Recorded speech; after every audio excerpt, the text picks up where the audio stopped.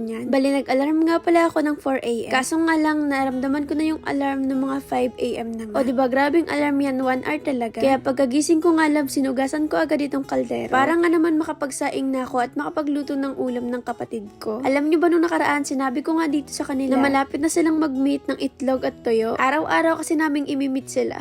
Gawa nga't bumili talaga ako nung nakaraan. Natig 1 kilong tuyo nga. Tapos 2 tray ng itlog. For sure talaga na hindi lang ito isang kundi habang buhay na to na ulam.